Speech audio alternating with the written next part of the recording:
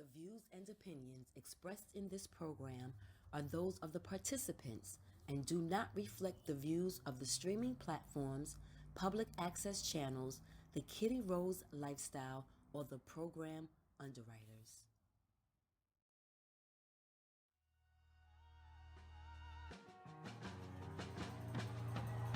Tim's on my feet, stomping out the negativity. Everybody not a friend of me. Spread the love, still I move deliberately. Bully face on, but the smile be heavenly. Brooklyn girls, so they love the energy. Love sincerity, so I take the liberty to take them on a journey lyrically. Through hallways and alleys, dark days. Hey everyone, and welcome back to the next chapter, where we discuss shades of gray. I am your host, Minister Cat, aka KittyRose, and I got a special treat for you guys today because I have some guests in the building to join me in this week's conversation. Now, this week's conversation, you always hear me say it's an interesting one. This is an interesting one because I am going to debunk. Well, let me tell you what the topic is. Let's roll it. The topic of the week is debunking the cannabis lifestyle. Debunking the cannabis lifestyle. One, because I'm high right now, and you wouldn't necessarily think that because I am doing my show. But I'm high most of the time that you guys see me on television. And I wanted to show that because I think that the way people have stereotyped or the way they have criminalized or the way that they have negative connotations with those that smoke weed or cannabis, I'm done with, I'm tired of. And I wanted to set the record straight that what you think is not necessarily the case for those that live the cannabis lifestyle. So I wanted to introduce my guest to you guys today.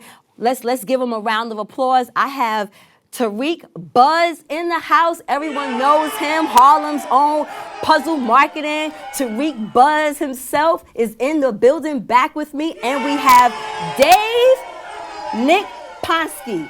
Did I say that right? Dave, see, I shouldn't have tried to say it twice. Nick Ponsky to the building. Welcome, guys. I'm so happy. And Dave is from Freshly Baked. That's right. Freshly Baked NYC. And as you guys can see, we got our colored brother and we got our non-colored brother.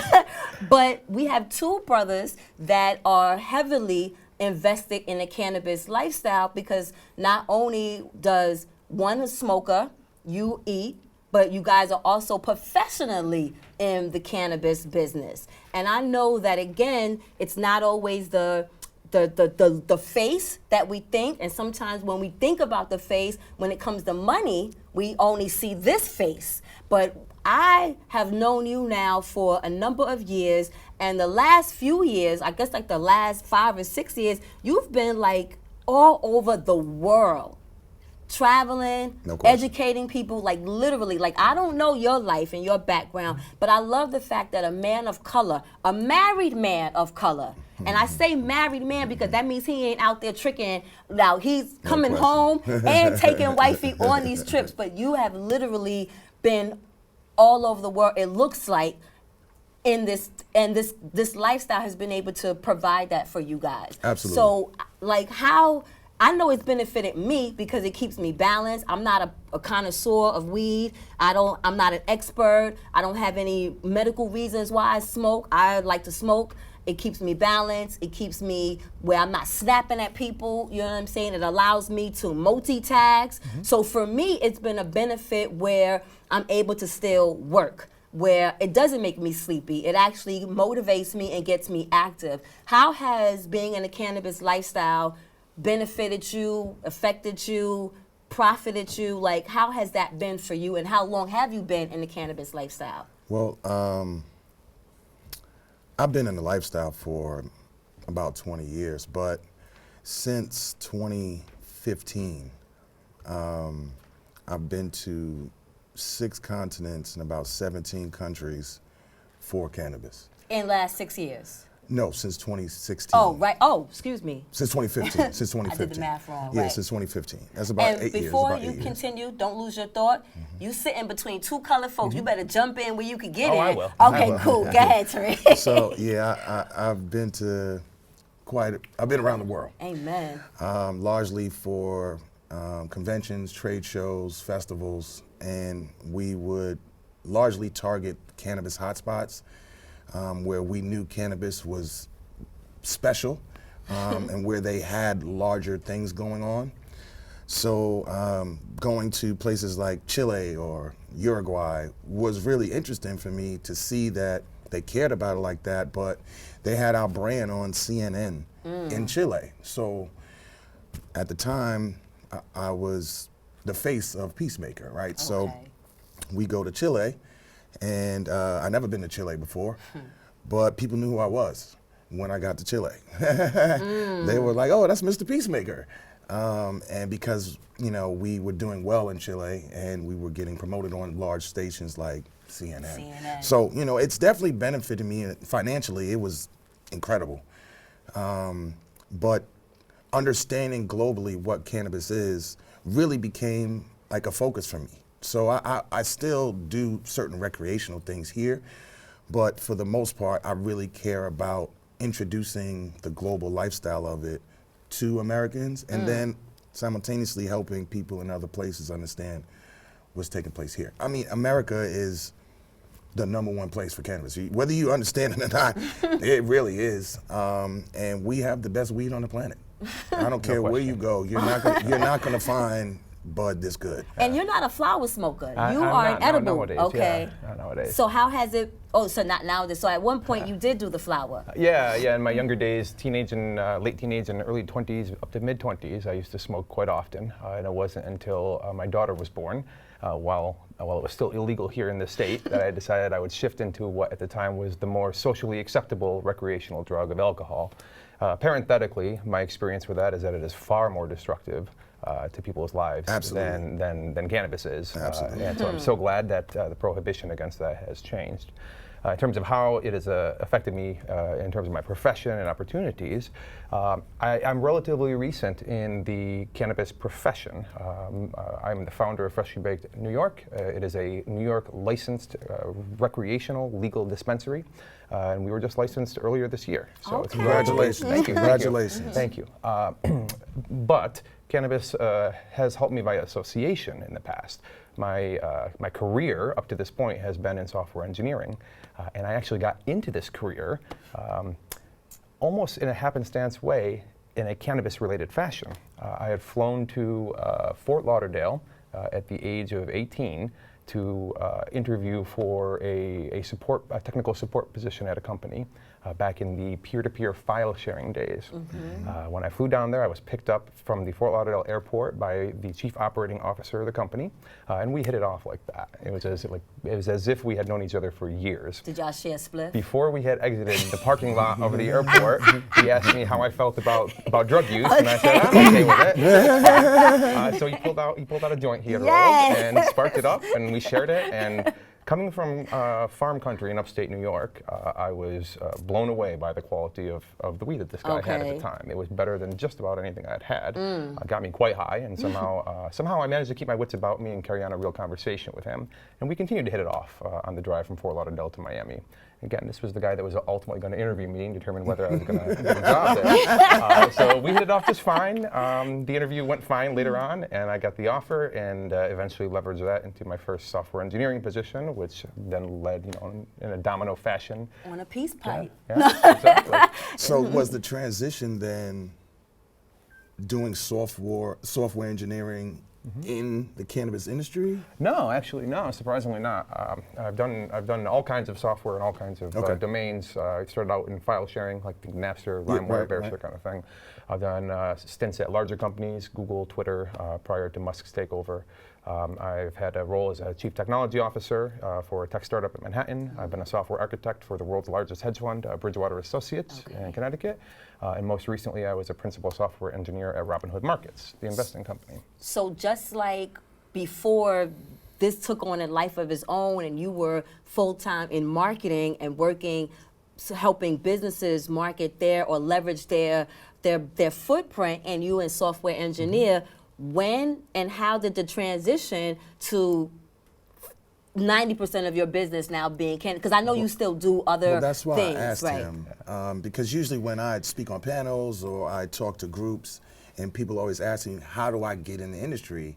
And I say, take the skills you have presently and just use them in the industry. So if you're an attorney, if you're a graphic designer, anything that you do, just do it in the cannabis industry. So I was a marketing guy for fashion and artists, and so I just started doing marketing in cannabis, even though I was already recreationally having stuff on the side in cannabis.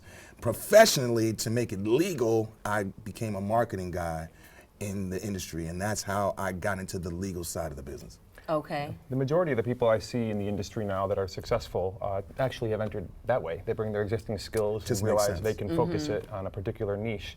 Coming from the technology world, I see the gaps in the technology story in the cannabis industry all over the place.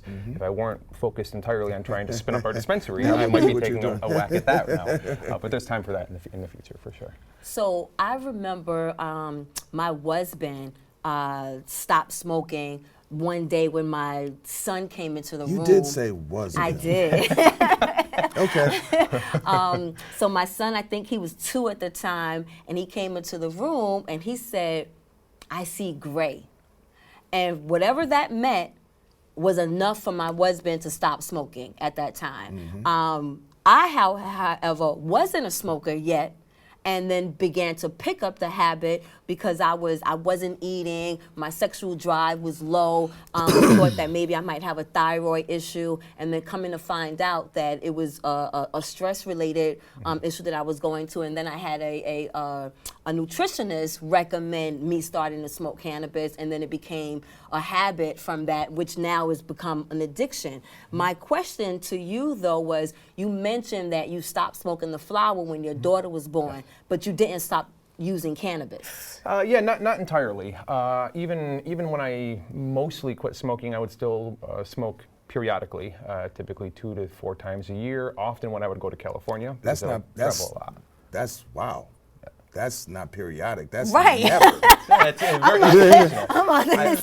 That's literally periodic. Then. Yeah, holiday. It was basically at that You didn't level. smoke before you got here then. Not today.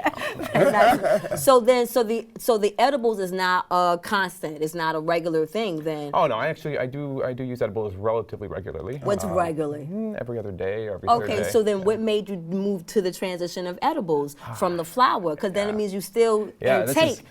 So that's a great question. Okay. And the answer is that when I started to get back into this industry after getting licensed earlier this year and started to pay more attention and try a variety of different products, I discovered that in the last 15 years or so, pot has become nuclear powered compared to what I was used to. And no longer having a tolerance meant that I couldn't smoke an entire joint on my own and still be functional. I had to keep it contained. Okay. They call that microdosing, right? Yes. Okay. We don't smoke reefer anymore. Okay. We're smoking true hydroponics. It's a different level of cannabis than back in the day, let's say. 100%. And so what I found is that with edibles, they tend to be very precisely dosed. Certainly everything that's licensed here in New York State has to be tested very, very accurately and precisely dosed. So I can choose exactly how much to consume, at what rate to consume, to get exactly the effects that I want. So usually when I have these shows, I try to do some research. I go to Google and see what Google has to say about the topic that we're talking about. And all the videos were kind of like, you know, the negative things, the negative side, should Christians smoke, you know, and I'm a Christian and a minister, so I was like, oh, maybe I should play that, you know. But there wasn't something that I wanted to have about debunking the myth. Like everything was either for or yes. It wasn't really like, again, what people think or the stereotypes that we fall into. I couldn't find anything about that. But I did find one video from, I thought I had it here. Seth Rogen did a podcast interview, and there was some things that he had to say that I found interesting that I wanted to play with you guys. I kind of didn't necessarily want to have a white face, but it's funny because the black face we know is Snoop, so I didn't want to necessarily have that as well. But the reason why I didn't necessarily want to have the white face is because one of the problems that, again, we have with many stereotypes, but in particular this one, when it comes to the money, is we don't see enough of ourselves, or people of color making money. We might see people of color depicted as potheads and troublemakers, and the white folks are growers, but we don't see successful black folks who are in business who are functioning outside of Snoop Dogg. You know what I'm saying? So this is what we have. So I'm going to show us the video, and then we'll come back and talk about it if you guys don't mind. Well, yeah, that's fine. That's fine. It's just not as taboo that it was when I was young. It's definitely more liberal today than most of our generation. It is. Obviously, it was legal years and years ago, and then they made it illegal just because they couldn't control it. And they wanted to control the people. They made it seem like if you smoked the Maui Wowie, then you would act crazy. And that's how they advertised it. And That was a campaign. But that campaign, what disgusts me about that campaign is that we can smoke cigarettes and we could drink. And that's not looked upon or frowned upon as something that's harmful. But let somebody know I smoke weed, and it's like, oh my God, she's a pothead. And that was that campaign. Because technically, until they were able to figure out a way to tax it, so they control it, and they make something from everything that's sold, just like tobacco and alcohol, those were illegal too, until they figured out a system to tax every pack that's sold, or every beer or liquor that's sold. That's the reason. So the taxing of it is really why they're now doing it, and they're doing it slowly so they can get each state correct. But we obviously We're gonna talk about that. We have a problem with that, right? So yeah, We're gonna talk about that. Let's go to the video, and then we'll come and discuss the legal part of what's happening in the cannabis world. Sure. Cut out for this world, but weed makes it okay. And in a different interview, I read that you'd said you would find life really hard without marijuana. Yeah, for sure. I smoke weed all day, so I would imagine it would be worse if I didn't. All day, every day? Yeah. Today? Oh yeah. After Every this? day. Yes, I smoke weed all day, every single day since I was 20 years old, maybe something like that. 20. Yeah. And I've been very productive in that time. Clearly that's what I've been missing. When you say that you wouldn't be cut out for this world, but weed makes it okay, what do you mean? I mean, in the book and in life, I equate it to shoes or glasses. Like it is, are shoes like a crutch we use, or are they a thing that we have culturally decided make our lives easier and better? That is exactly how weed is to me. Could I not wear shoes? Probably. Could I not smoke weed? Probably. Would I just much rather smoke weed all day? Yes. And it's the same. That is how I view it. It only makes my journey through this life more comfortable, more palatable, easier to process, easier to manifest the things that I want to do, exactly how I would be trying to do the same things I do in my life without shoes on, or without my glasses on, or without a jacket on. That is what it would be like for me to do it without smoking weed all day. I could probably do it. It would just be a bit more of a fucking pain in the ass. And I concur on that. It would be a little bit more of a pain of an ass to deal with. So yes, thank you to Cannabis. The world, you guys should thank Cannabis for making me such a pleasant person to deal with on a daily basis. I don't know, and I hate that. I really do hate that, but I realize that in my observation that is the case. It actually does help me deal with people. It gives you that balance. Yeah. It gives me that balance, because as much as, especially in the work that I'm in, I interact with people a lot. And as loving as people are, they can be a bit much. You know what I'm saying? God bless you. But people can be a bit much. So it makes this journey a little bit more comfortable for me. I wish it didn't, but it definitely does, because I notice it's very rare that I'm not high.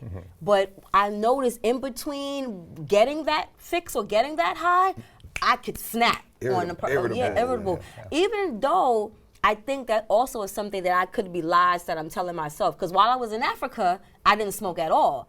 Well, once. But for the most part, for 9 days, I didn't, and I was okay. Maybe because I was in Africa. And you were experiencing something And I was new that you wanted to okay. experience. That really could have been it too. Okay. You were like overflowing with joy, and you were glowing technically. Yeah. Being there. So how has, like, what are your thoughts about what Seth said about the reasons why he uses it? I concur with him completely. And to your point, the effects for me definitely make it more palatable and easier for me to tolerate people. It makes me more patient. It makes me more understanding, more empathetic. I tend to not be a particularly empathetic person by default without putting conscious effort into it. Or if I'm high, then I am. When I first started smoking, the reason I liked it is because it made me think about things that my brain wouldn't go in those directions unless I was actually high. And I still do that. I still stick to that, because even if I say, okay, I got a lot to do today and I need to like be really focused in it, towards the middle of that day, I'm saying, okay, well, despite all that, I need to smoke. And in that smoking, at that point, I then accomplished what I was trying to accomplish in the first place. So for me, it's definitely, we're functional smokers, right? Yeah. And we that's can not to live say with everyone. No, it's not. Right. And we can live our lives like him. He smokes all day, every day. We're functional, and we can handle ourselves in the public and social settings being that way. And I think it's important. I mean, I'm a people person. I really like meeting people. It's part of my character. So I don't use it to deal with people. I use it to deal with me. Oh, wow. Oh. Yeah.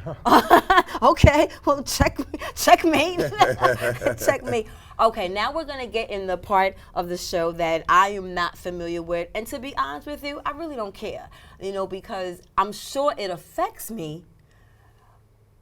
And I'm sure in my future, when it comes to my land, it'll affect me, because I definitely want to carve out a little space on my family's land where we might start to grow. But again, I'm far from there. I'm just a casual, what they call it, non-recreational, medical, no, I am recreational, yes.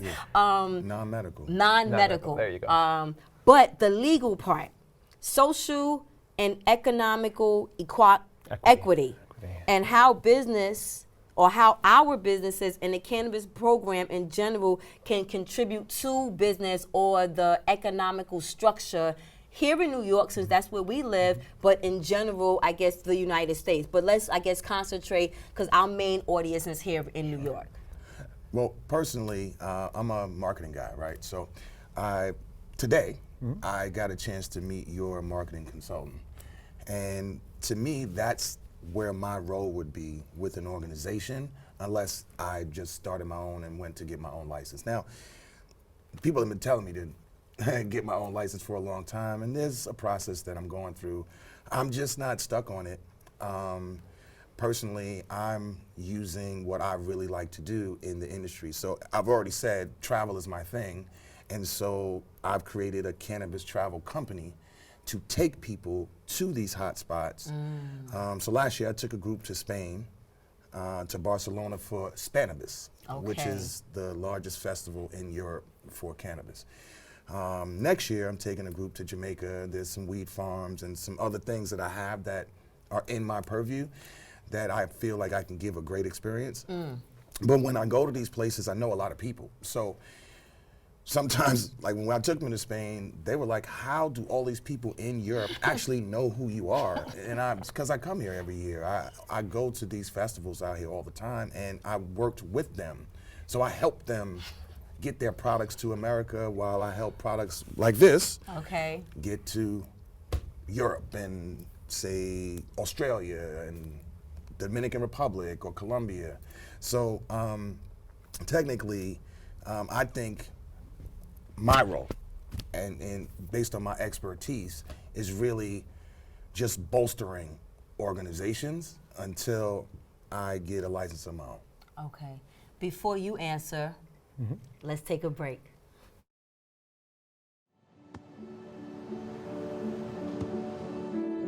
I don't remember how it started. Go to that. Our back and forth.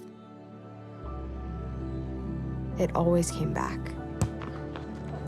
Dad! You probably don't remember what you told me, That was perfect. but I heard every word.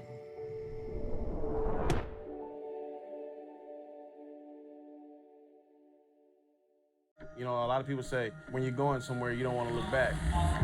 But I beg to differ. I can't lie and say it was easy. I looked at everything in a different light. I realized it started with me going back and getting my high school diploma.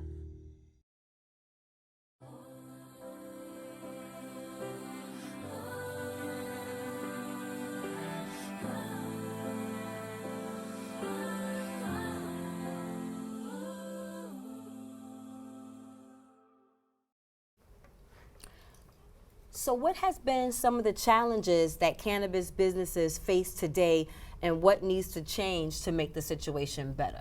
And I only asked that question because you proposed that question to me to ask. Yeah. So here you go, Dave. Yeah, sure. So lots of challenges. Cannabis businesses in New York in particular and in this country face lots of challenges. The most obvious one is that cannabis is still federally illegal at Schedule 1 What level. does that mean? Because it's not legal in every state, so Okay. shipping it through states, you're shipping it through states that are not legal. Oh, I did not realize that. Okay. Okay, that makes a little sense. Okay. So just because it's legal here in New York doesn't mean that when I travel, because when I went to DR, it's still illegal. So that was one place I did not take the weed to, because I was like, I am not getting stuck in freaking DR on some weed. They don't care about your weed. I know they do, but God forbid. Because I'm normally I'm not afraid. I fly with cannabis all the time. But and I've gotten away with it. But something too. about that particular trip, I was like, okay, I Not always gonna push it, take okay. to where I'm going, okay, but I never bring it back because I have it.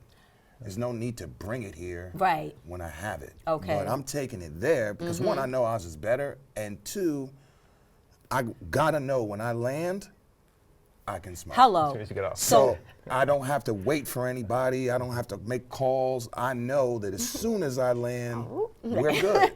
So business-wise, again, it has all these different obstacles. Yeah. What has been an obstacle for you outside? Well, in addition to it federally not being a legal activity yet. Yeah, there's been lots of New York-specific challenges.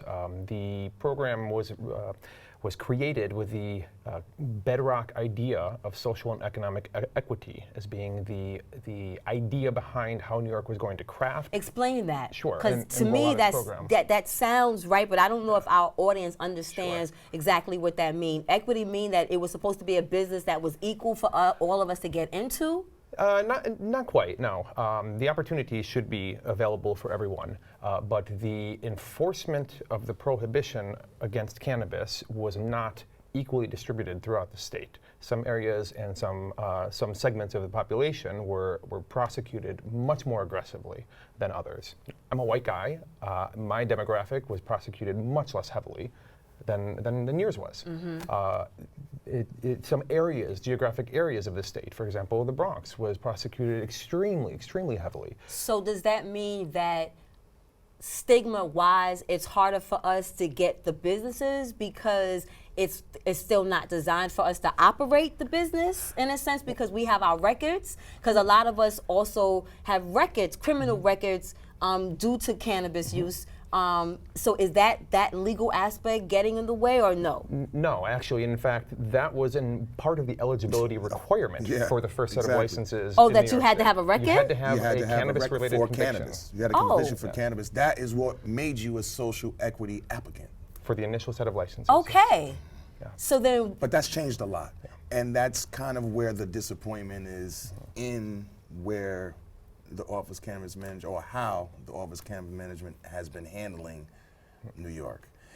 We've had a lot of examples. So California, Denver, Colorado, Oregon, Michigan. So it was said that, okay, we're gonna, as New York, we're gonna look at those things and we're gonna get it right. Right. Yeah, we're struggling. Is it on purpose? No. What has happened in many other states? You don't think it's on purpose? I think part of it could be, but I believe that for the most part, it's really about money. This is 100%. But It's I hear all that all about the the time, but money. I don't understand that. Well, the Because social equity, and he'll explain it for you. Okay. But the social equity applicants don't have the money. So So why do it's we a have $1 all million of these stores that has flower in them, weed, and like all the Those are pipes? illegal. Those are all illegal. Those are illegal. They don't have licenses, and that's what makes it challenging for him with a license in general. Yeah, because you can find cannabis anywhere, and it's like in every corner store, in every Right. smoke shop. Right. Head shops were supposed to have paraphernalia, not have actual cannabis. Okay. So they had the rolling papers, they would have the peacemaker pipes and bongs, or they would have stuff like that that you could use cannabis with. They didn't sell cannabis. Now it's just, I put smoke shop, that means I sell weed. And it's different because there's not an understanding. Right. There's a lack of understanding on their part. They're just seeing money. And okay, I have a question, but we And got I another. didn't let him explain, but yeah, please. Okay. Please. We got another break, and we'll come right back.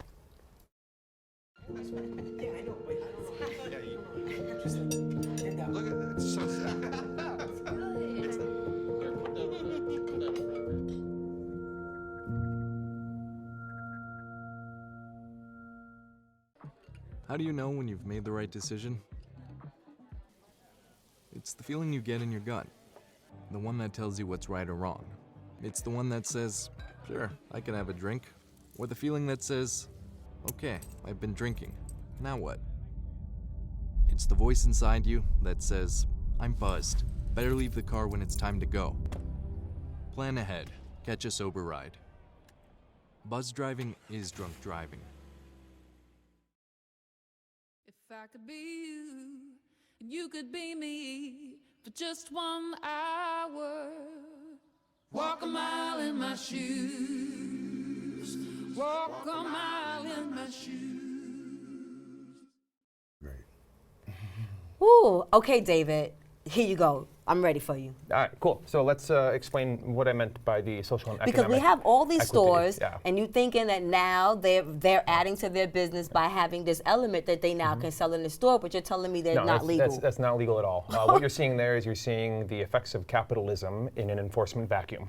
So since the state has not enforced its restriction on cannabis sales being only legal for licensed businesses, unlicensed businesses have observed this and realized that there is a ton of money on the table and nobody is preventing them from going and taking their handful of it. Therefore, they're doing that. Tarik was right. It's all about the money here. The problems that New York has had in the rollout are all basically about the money. In other states that have gone through this legalization process for recreational use, generally they open up the legality of cannabis use, and they bootstrap their industry by bringing in out-of-state companies to kind of bootstrap and start the industry. Okay. New York wanted to do something different. They wanted to preferentially start the industry with folks that were previously affected by the unequal enforcement of the prohibition. So one of the first eligibility criteria that I mentioned was people who had a prior state-level marijuana conviction, of which I have my slew, and probably most of us sitting here have as well.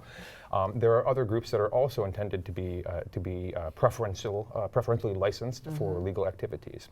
One of the problems of the cannabis rollout in the state is that these out-of-state actors who in other states get the first shot at what will be a multi-billion-dollar market here in New York, they are feeling that they're being excluded, and they are. The state is intentionally trying to exclude them to preference social and economic equity. So instead they are finding everything that they can do to throw monkey wrenches into the program and basically run out the clock. But aren't they the ones who's creating the program so it can happen? Why are they also the ones who is putting the monkey wrench in it? No, sorry, the like out-of-state actors. Okay. So for example, New York State has been sued multiple times. Wait, New York State has been sued multiple times. New York State has been sued multiple times about its cannabis program. Most recently, there were 2 suits that were just consolidated. One from a set of out-of-state companies that were suing because they were not allowed to be the first ones in the market. And the second suit was by a group of service-disabled veterans who did not have prior cannabis convictions and also wanted to be the first in the market. So how was Freshly Baked NYC able to be established here in the Bronx? Or is it just here in the Bronx, or is it in the New York base? All New York. All New York. So how were you able to? As a founder, I have a prior cannabis conviction, and I Okay. met all of the eligibility criteria. Okay. I filled out my application paperwork, I paid my application fee, and then I sat around for 6 months and waited until the state approved my application. And you mentioned that a lot of times people don't make those other steps is because of the cost. Yeah. So how much does something like that cost or gauge? And if these bodegas have money on the table right now from adding that in, why don't they have that in their budget to become legal? They don't, And have legal a path, they don't have a establishment. path to legality because, again, the state wants to preferentially benefit populations and peoples who are disproportionately So the harmed. IRABs are not, they don't have records like we do? Okay. They're not part of they're not one of the groups that have been Okay. particularly chosen by the state to try and preferentially bootstrap the Now, they were industry. trying to get in there. The bodegas, in general, they were saying we should be the ones that open up first because we're already servicing the community. But they didn't fall in the category of having convictions for cannabis. So technically, you mentioned the veterans. What I was told recently was that is how the big money companies are now looking to get in, by using the veterans. That's one of the monkey wrenches that's happening. Okay. That is slowing down the process, stalling it so they can stall them out, basically. The out-of-state companies were always going to be allowed to enter the market eventually in New York. They have to. The New York State does not have the constitutional authority to prevent that from happening. The federal government determines interstate commerce rules, but New York wanted to delay them. So just like in a sports game, when the clock is starting to run out, they want to run out the clock until they're allowed to enter. And so they have financed lawsuits against the state, getting injunctions that freeze the New York State cannabis program. They have intentionally sabotaged the New York State cannabis program so that social equity companies cannot get established, so that the clock runs out and then the out-of-state companies can come in and take over the market. Wow. These last couple of weeks, I've been having shows that need a part 2. And this might be one of the shows. At the end of every show, I kind of have this Jesus moment, because I like to add the spiritual component of what it means to me as a Christian, what it means to me as a minister, going through these next chapters of my life, how I'm affected. As a cannabis smoker, I tend to deal with this as I deal with everything. When I meet my maker, hopefully she reads my heart, and because it is legal here in New York, I allow that to be well, I live in New York and I'm not breaking any laws, so that's one sin off the line. But I still do fight with a pleasure I have, as many pleasures I have, and hopefully it outweighs the way I live my life, that on Judgment Day, Jehovah God will be caring. The Lord will not be mad at you for smoking cannabis. I don't think so. I really don't think so. But I want you guys to tell me, what do you want the audience to know? What's your, after having this conversation that I know that you guys have all the time, because this is the business that you're in, what do you want people to know? What's in this conversation, what was your aha or Jesus moment that you want folks to know about your life in the cannabis world? Anybody who has an interest and self-drive can be successful here. So if you have an interest and want to break into it, you can do so. Just decide you want to do it and do it. It's entirely doable. One thing I want to really, really stress is the majority of the stores that you see in New York are not legal stores, and they are actually appropriating legitimate local community money for themselves. New York State has a tax system that takes 4% of the sales and diverts this to local municipalities and local community boards to spend. If you go to a local dispensary and you do not see this on the window, then it is not a legal dispensary and it is stealing millions of dollars from your local community. So I know that our borough president, Vanessa Gibson, just initiated a farmer's grower or a farmer's Grower market? showcases, Okay. grower showcases. So this is a New York State program to help the distressed cannabis farmers. The state rolled it out earlier this year, and the idea was, since they were having trouble due to the lawsuits rolling out the dispensaries, the physical locations for dispensaries, the state was going to allow licensed dispensary owners to partner with farmers and processors to be able to set up remote showcases. This can be outdoors, it can be at a music venue. For example, we are sponsoring one, a Martin Luther King event that's coming at Lehman College in January, early next year. And I understand our wonderful host here is going to be one of the performers, so please check it out. But the state has rolled out this program, and it really accelerated the development and the opportunities for farmers to be able to get their products out. The president of the OCR, the executive director of the OCM, Chris Alexander, stated publicly in recent state Senate testimony that they were extending the program into 2024. It's been one of the more successful efforts of the OCM, and we're going to take part, so please come and join us. All right, and what's your Jesus moment, Tarik Buds? Oh, wow. Well, I've been aware of the struggles of, I might be really transparent right now, but I've been really aware of the struggles from the dispensaries, and you know, more than most people, we were the first to actually do sessions in the state of New York. And so now I'm technically on a watch list by OCM because they Did I meet you at a session? Yeah, you did. They look at events that we produce just like they look at the illegal dispensaries. That is taking away from the licensed companies. So the Office of Cannabis Management, the mayor's office, they get on these Zoom calls. I just happen to know somebody on the Zoom call, and they told me about it, and they mentioned my name and the event on the call. And so since that time, I've taken a step back from that.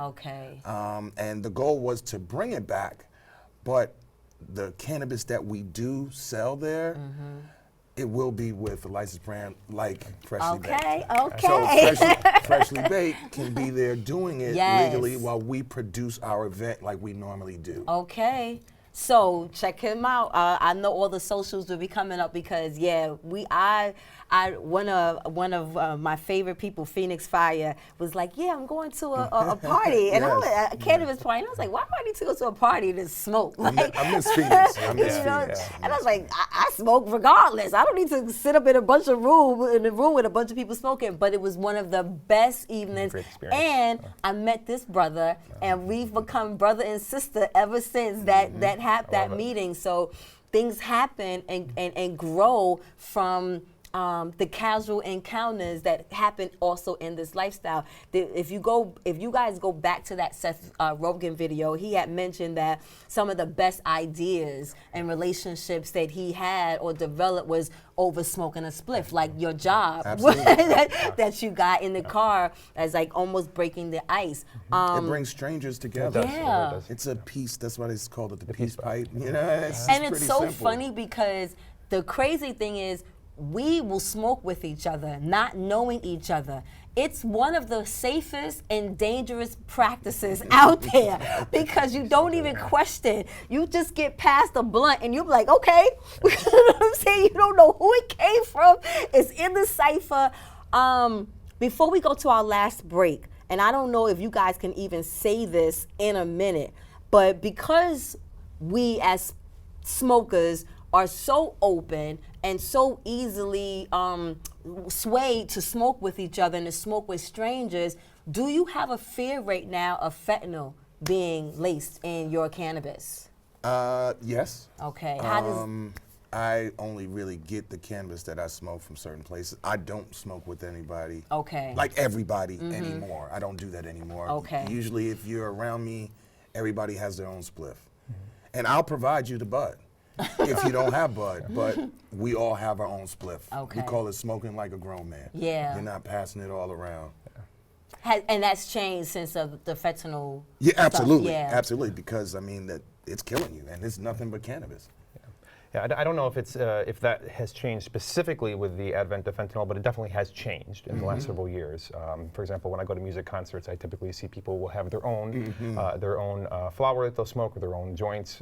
And if they don't, I will usually have some to offer, but they'll be unopened packages with the results of like the testing certification on the back. So there's no fentanyl in any licensed supplied products, whether flour or anything else. Cool. The labs would have caught it. All right, let's go to our last break for the night. One scorching heat wave will leave me powerless to cool my insulin.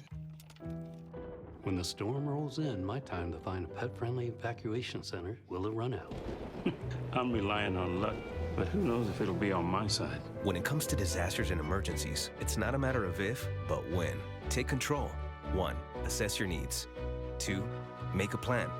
3. Engage your support network. Let's prepare so we all have a better story to tell.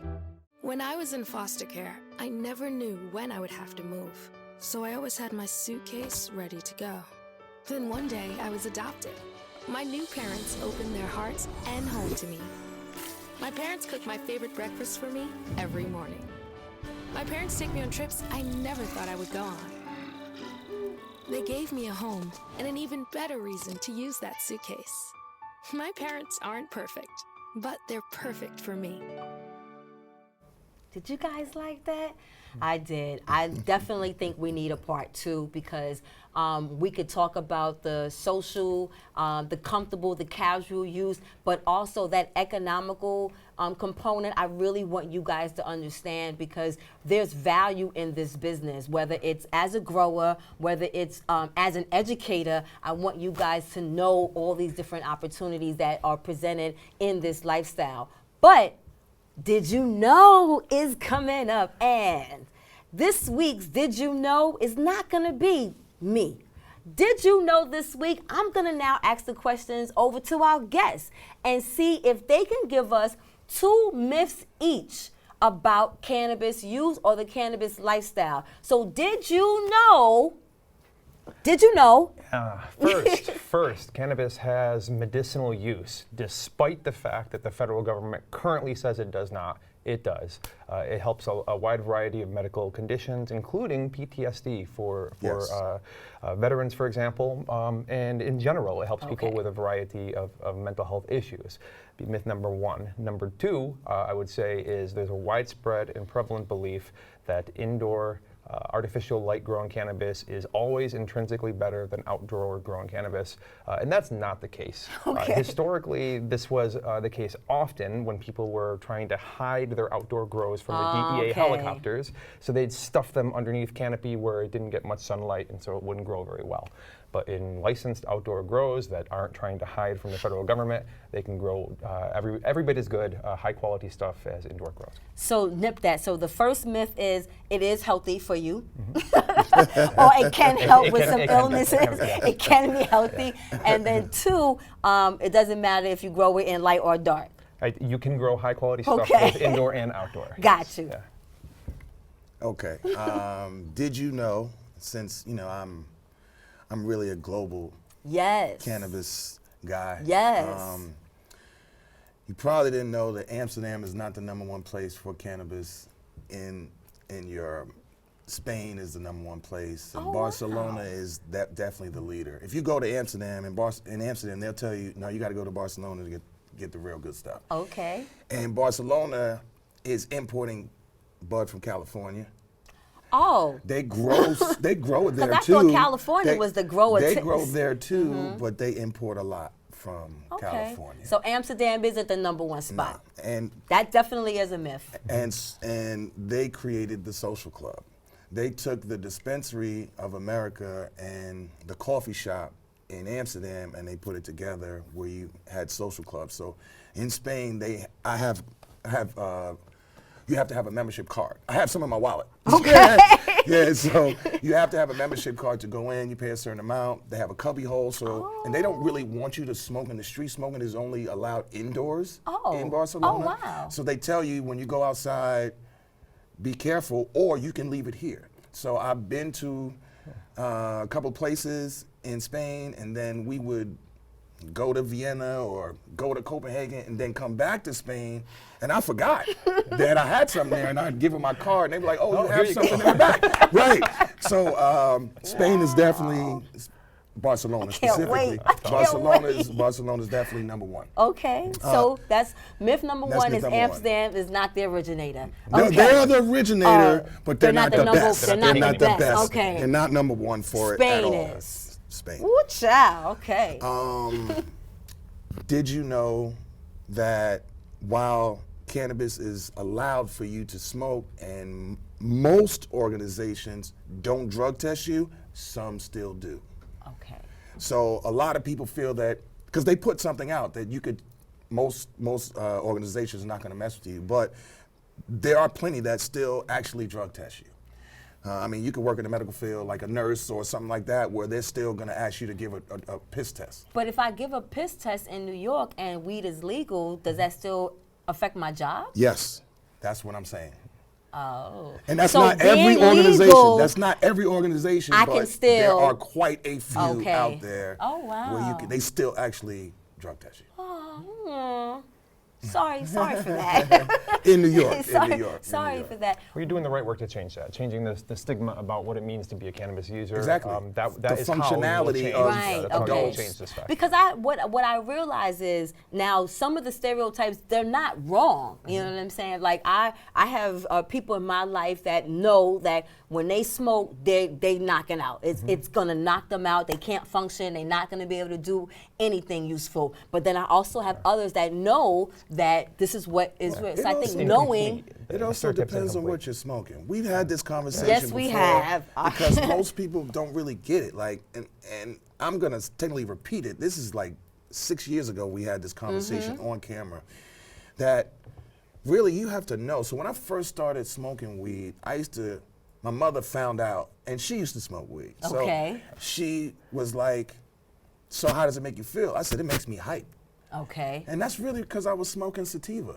And I got energy, and I was focused, and I wasn't smoking indica, which is gonna put you on your ass. Right. You understand? So Right. there's a difference in them, and I think maybe those people need to understand what they're actually smoking. Yes. You remember that? Yes. What you're smoking? Yes. We had this conversation. You had to educate me. So Right. I think that's a big part of it. You really have to know what you're smoking. And to be honest, I have so many people that are in my circle that they say, okay, I can only smoke sativa when I go to work.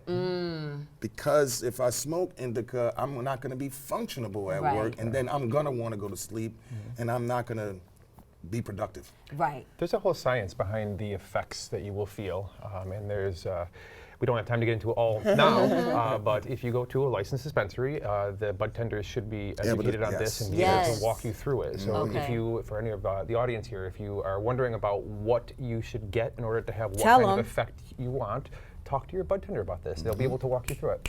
I like that because I do ask questions to my my fake dealer. So when I go to people where I get some quality, where I can actually have real questions and answers that educate me, then I can make better decisions. Like now I'm on the pen. I've been waxing, and that's my new favorite thing. Like I don't even like the flower anymore. So I'm making the transition into what's been easier for me. Before we leave, because I think I'm gonna have to invite you guys back, let the folks know how they can get in touch with you guys socially. Because one, you got 3 trips coming up next year. I know January is probably already booked, but like you got some stuff coming up next year. Freshly Baked NYC is here in New York, here in the Bronx, an actual brick and mortar. Brick and mortar will be opening, our location is on Arthur Avenue in Bronx, Little Italy. Should be opening in a couple months. So get your cameras. you, David, first, wherever you at. Tell the folks what you want to know, your socials and all of that, how they find you. Sure. You can find us. I'm not a social media person, but we do have socials. Freshly Baked NYC is probably going to be flashed up there. You can also email us at inquiries@freshlybaked.nyc, and our website is freshlybaked.nyc. All right, Tarik. Tarik Buds. My email is tarikbuds@gmail. My Instagram is the same, tarikbuds 2.0. I gave my email and my Instagram. Okay, yeah, I think that's enough. We can start there. And puzzle marketing. Puzzle marketing. Are you still taking clients? I am. Okay. I am. I've had puzzle marketing for over 20 years. Amen. But it's at Puzzle Marketing, spelled like it sounds. Puzzle Marketing, we are the missing piece. Yes, I love it. All right, guys, so you know I'm at the not-so-favorite part of the show, but I need you guys to participate because this is a community effort. So this time of the show, I need you guys to like, follow, and share. Like, follow, and share. And please, when you join our Facebook group page, give us some information that we might have not covered today, that we can continue to not only educate ourselves, but educate the audience to what this lifestyle looks like, what it could look like, the benefits. Like I don't want to change my lifestyle, but I'm trying to figure out how I can get into Tarik's suitcase. You know what I'm saying? Outside of paying, but I might just have to pay like everybody else. But it's been a wonderful show. I'm so appreciative. I appreciate you guys coming back every week. In order for us to keep going, like I said, we need you to like, follow, and share. Join our Facebook group page. And yeah, that's pretty much it. You guys got to come back because Be happy to. I think there's still, we got January coming in. I want to, do some vacations with you. I want to do some vacations. Hello, yeah. Let me say this last thing to the Please. camera in regards to vacation. So You saying it to us or to I'm saying it to you guys, but I'm going to Okay. say it to the Go camera ahead. specifically. Because of what I do in the travel world, I recently started working for the largest vacation company in the world. I don't want to say their names. I don't think I can if I'm not actually working. But we give out resort stays, we give out cruises for extremely low prices.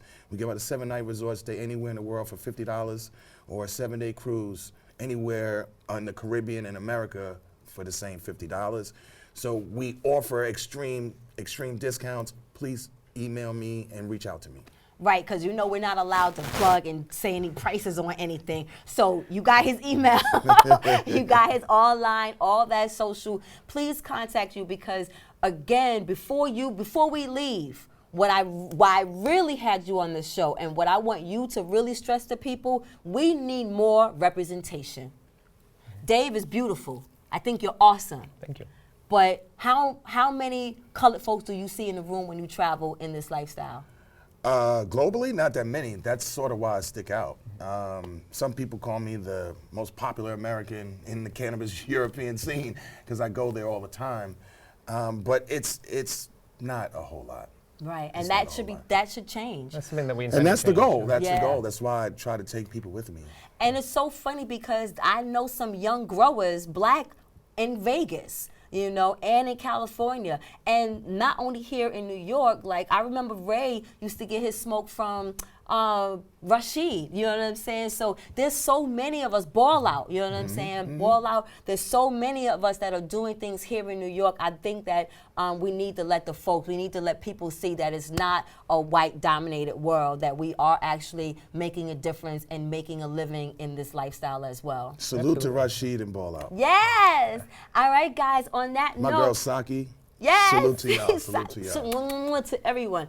This is the next chapter where we discuss shades of gray. I am your host, Minister Cat, aka KittyRose, and I will see you back next week, guys. Continue to be safe and stay focused out there. One.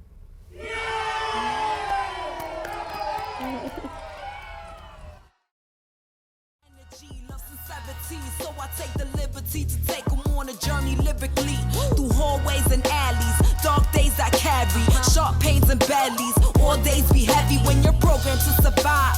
Legendary ciphers get the MCs and the jobs. The city never sleeps, slept from 1 to 5 when COVID hit the